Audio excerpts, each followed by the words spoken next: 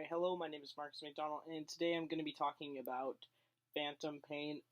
Basically what phantom pain is it's the experience of pain in a missing limb or other body part. So this usually happens in amputee victims, or it happens in people who maybe lost an arm, a leg, or some kind of limb during like a war or something like that. Maybe it got blown off. And the phantom pain is basically like an extreme pain when they put like a prosthetic in there, because basically when you lose like your leg, you have to get a new one put in there, or you just have to have a stump. A lot of people just put a new one in, and what happens is there's a pain in that leg that you feel because your mind has it already set in there that there was a pain there originally. So you feel the pain, and it is just constantly there. And this was one of the biggest things that psychologists were really working on for like the longest time.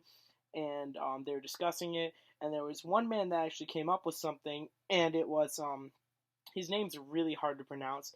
It was I think it's Vilayanur Ramakadrinin.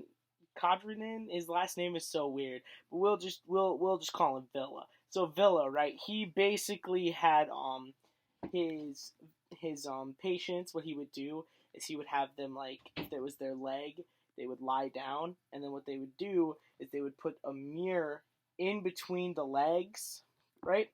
And when they put the mirror in between the legs, basically, it showed that both legs were perfectly fine. There was nothing wrong with the legs, so then it would trick your mind, basically. So the whole point and the whole way that he figured out that you could get rid of, that you could basically get rid of the pain from like the phantom pain, right, was to trick your mind, and that was like the only way that actually worked.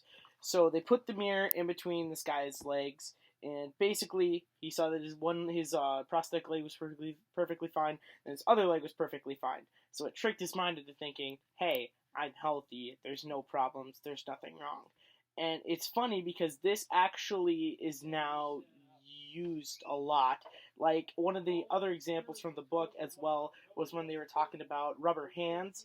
This one girl had a prosthetic hand. Basically, they'd put a mirror next to that, and then what they would do is they'd have you stick your other hand in your other hand, and they'd rub a paintbrush across it, right?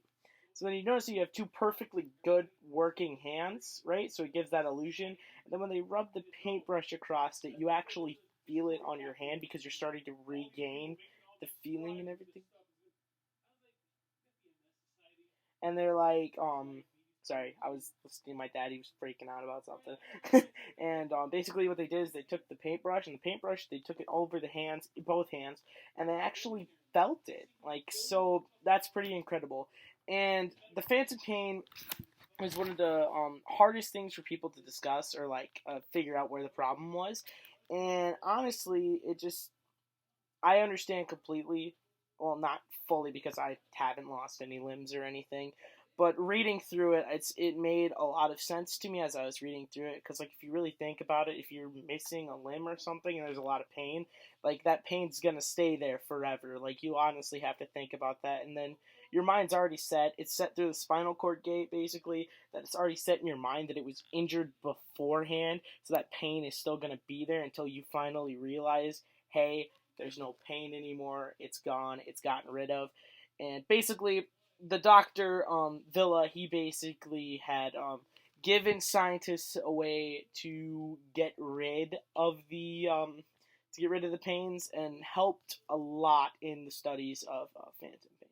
And honestly, phantom pain was very stuck out to me a lot because I thought it was a very cool subject when I was reading about it in the book, and I just thought it was incredible about how they were able to make your brain, like, the smartest thing, right, in your body is your brain, like the main leader, that people can just easily trick it by doing one simple thing like putting a mirror in between your legs and then showing it. Like, I don't know, I just thought that was really cool, and honestly, I thoroughly enjoyed learning about phantom pains. So that is some things that you need to know about phantom pains.